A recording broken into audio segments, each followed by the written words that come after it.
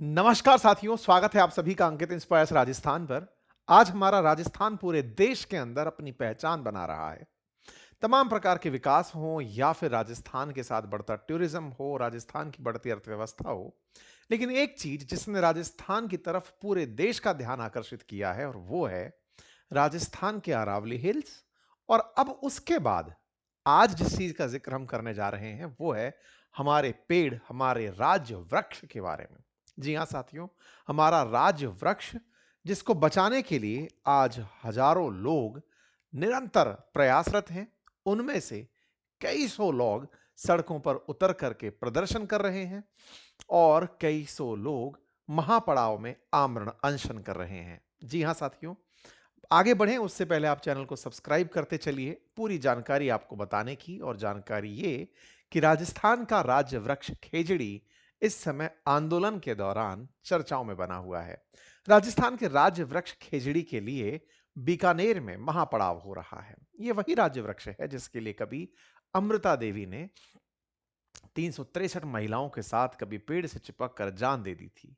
ये वही खेजड़ी है। इसके लिए सालों बाद कभी 1730 में यह आंदोलन हुआ था।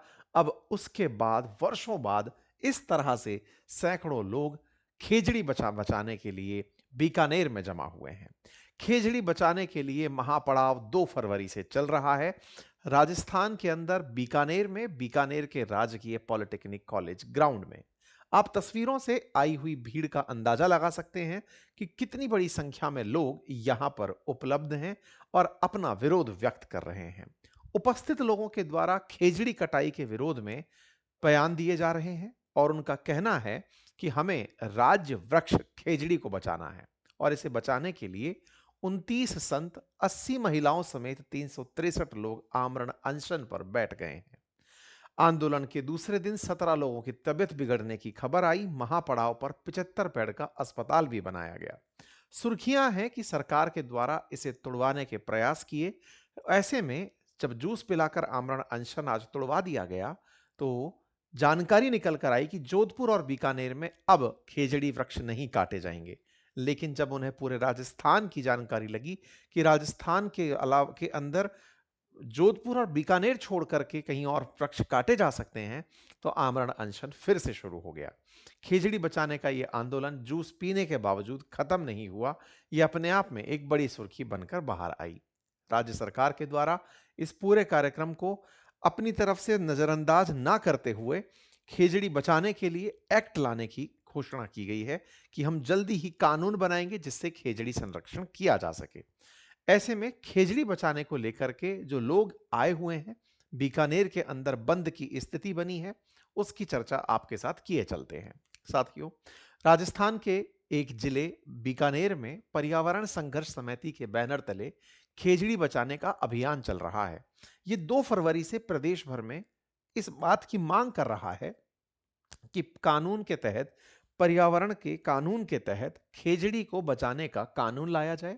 और साथ ही साथ इस प्रकार का प्रदर्शन कि भारत मतलब राजस्थान के अंदर 50 साल से पुराना अगर कोई भी वृक्ष है तो उसे ना काटा जाए। हरियाणा, महाराष्ट्र समेत कई राज्यों से लोग इस महापड़ाव में शामिल हुए। राज्य के अंदर शांति व्यवस्था बनाए रखने के लिए, क्योंकि अन्य राज्यों से भी लोग आ रहे थे, पुलिस चाक चौबंद रही। 1 लाख से ज्यादा लोगों के खाने पीने की पूरी व्यवस्था महापड़ाव वाली जगह पर देखी गई। राज्य वृक्ष खेजड़ी की कटाई को रोकने और के रोक लगाने के लिए और टी प्रोटेक्शन कानून बनाने के लिए कलेक्ट्रेट के सामने महापड़ाव बुधवार को तीसरे दिन भी जारी रहा। आज उसका चौथा दिन था, जिनमें से कई अनशनकारियों की तबीयत खराब होने की सुर्खियां आई। आप अनशनरत जितने भी लोग हैं उनकी तस्वीरें देख सकते हैं। विरोध प्रदर्शन में संत महात्माओं द्वारा संगीत गाकर लोगों को मोटिवेट किया जा रहा है। भजनों के माध्यम से लोगों को जोड़ने का प्रयास किया जा रहा है। सरकार के कार्यक्रमों का बहिष्कार करने की बातें की जा रही हैं। संतों के द्वारा यह जानकारी दी जा रही है कि 29 संत, एक साध्वी, 68 मातृशक्ति और 439 पुरुषों समेत 537 लोग आमरण अनशन पर बैठे हुए हैं। पूर्व मुख्यमंत्री वसुंधरा राजे जी ने भी अपनी तरफ से खेजड़ी वृक्ष के साथ अपना सिर साठे रूख रहे तो भी सस्तो जान कहते हुए बात लिखी और खेजड़ी के साथ अपनी जो अभिव्यक्ति है वो जाहिर की। अब सवाल बनता है कि आफ्टर ऑल खेजड़ी राजस्थान में इतना खास क्यों है? राजस्थान का ये राज्य वृक्ष खेजड़ी किस लिए खास है और इसको काट कौन रहा है? चैलेंजेस क्या आ रहे हैं? तो सबसे पहले बात करें राजस्थान की। जैसा आप सभी जानते हैं कि राजस्थान में रेगिस्तान अपने आप में एक बड़ी चुनौती है और डेजर्ट का बढ़ना, उसे रोकना, ये अपने देश, अपने राज्य की बड़ी चुनौतियों में है। राजस्थान में डेजर्ट के बढ़ने में लगातार वृक्षों की कटाई एक बड़ा कारक बनकर बाहर आ रही है। अगर राज्य के रेगिस्तान को कंट्रोल करना है तो वृक्षों की संख्या बढ़ानी होगी। मरुस्थल को रोकना है तो वृक्षों में खेजड़ी का वृक्ष एक महत्वपूर्ण भूमिका निभाता है, क्योंकि ये गर्मियों में भी लंबी जड़ों के कारण अपने आप को सरवाइव कराने में कामयाब रहता है। क्योंकि इस वृक्ष की पत्तियों को मवेशियों को खिलाया जा सकता है, ऐसे में पशुपालन में बकरी पालने वाले, भेड़ पालने वाले जो किसान, जो पशुपालक हैं, उनके लिए ये आजीविका के एक प्रमुख स्रोत के रूप में कार्य करता है। जहां तक बात हो सांस्कृतिक और धार्मिक महत्व की, तो विश्नोई समुदाय के लिए यह एक पवित्र पेड़ कंसीडर किया जाता है। 1730 में जोधपुर के खेजड़ली में 363 विश्नोई लोगों के द्वारा, जिनमें अमृता देवी जी लीड कर रही थी, खेजड़ी पेड़ को बचाने के लिए ही अपनी जान की कुर्बानी दी थी। ये इतिहास के अंदर खेजड़ली बलिदान के नाम से जाने जाने वाली घटना है। इसीलिए खेजड़ी के बिना थार रेगिस्तान की कल्पना अधूरी है। यह जीवन का प्रतीक है, इस तरह से इसे माना जाता है। राजस्थान में खेजड़ी के लिए ही खेजड़ली में एक मेला भरता है, जो विश्नोई समुदाय के गुरु जंबो जी के 29 नियमों और आदर्शों की पालना से प्रेरित है। विश्नोई समुदाय का जो नाम है 20+9, उसमें प्रकृति और पशुओं को पूजने वाले समाज के रूप में समाज की पहचान की जाती है। खेजड़ी वृक्ष मान्यताओं में ही नहीं, इसके साथ साथ आयुर्वेदिक और औषधीय गुणों से भी भरपूर है। कहते हैं कि इसकी वजह से गठिया नामक बीमारी का इलाज किया जा सकता है। इस वृक्ष के होने से रेगिस्तान की बढ़ोतरी में रुकावट आती है, लेकिन राज्य सरकार लगातार जो बिजली उत्पादन करने निकल रही है सोलर प्लांट्स के लिए, उन सोलर प्लांट्स के चलते इस खेजड़ी के वृक्ष को काटा जा रहा है। ये तमाम वो खबरें हैं जब लोगों के द्वारा इस बात का विरोध किया गया कि प्लांट वृक्ष को ना काटा जाए। ऐसे में खेजड़ी के वृक्ष सोलर प्लांट्स के लगने में बाधा कर रहे हैं। इस तरह के सोलर सेट नहीं लग पा रहे हैं खेजड़ी के चलते, इसलिए इन्हें काट दिया जा रहा है। इसके चलते राजस्थान के, पश्चिमी राजस्थान के लोग जो खेजड़ी के साथ सालों से अपना अपनत्व रखते हैं, मरुस्थल के बचाव के लिए जो जरूरी है, उनके द्वारा इन पेड़ों की कटाई का विरोध किया जा रहा है। कुछ तस्वीरें हैं। 21,000 मेगावाट सोलर एनर्जी के लिए 14 साल में 25 लाख मरुस्थल के पेड़ काट दिए गए। ये सुर्खी अक्टूबर 2024 में सरफेस में आई थी। क्योंकि राजस्थान के अंदर अगर मेगावाट के हिसाब से बात करें तो वर्तमान में 26,000 मेगावाट बिजली का उत्पादन हो रहा है। सौर ऊर्जा के लगभग 1.32 लाख एकड़ में फैले हुए सोलर प्लांट हैं। 1 मेगावाट सौर ऊर्जा उत्पादन के लिए 4 से 5 एकड़ भूमि की जरूरत होती है और प्रत्येक एकड़ में आमतौर पर 15 से 20 पेड़ या झाड़ियां होती हैं। परिणाम स्वरूप मौजूदा सौर ऊर्जा परियोजनाओं के लिए 26 लाख पेड़ या 40 लाख झाड़ियां काटी जा चुकी हैं। 26 लाख पेड़ और 40 लाख झाड़ियां काटी जा चुकी हैं। राजस्थान के अंदर नवीनीकरण ऊर्जा नीति के अनुसार 2030 तक 65,000 मेगावाट सौर ऊर्जा का उत्पादन होना है और ऐसे में इस लक्ष्य को पूरा करने के लिए 38,548 मेगावाट क्षमता की आवश्यकता है।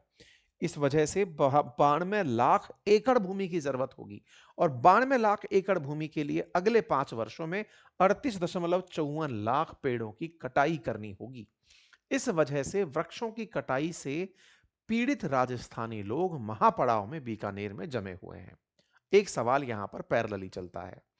विकास भी जरूरी है, बिजली उत्पादन भी जरूरी है, तो इसका समाधान क्या है? वृक्ष ना कटे तो रेगिस्तान है, फिर आय के साधन कैसे विकसित हों?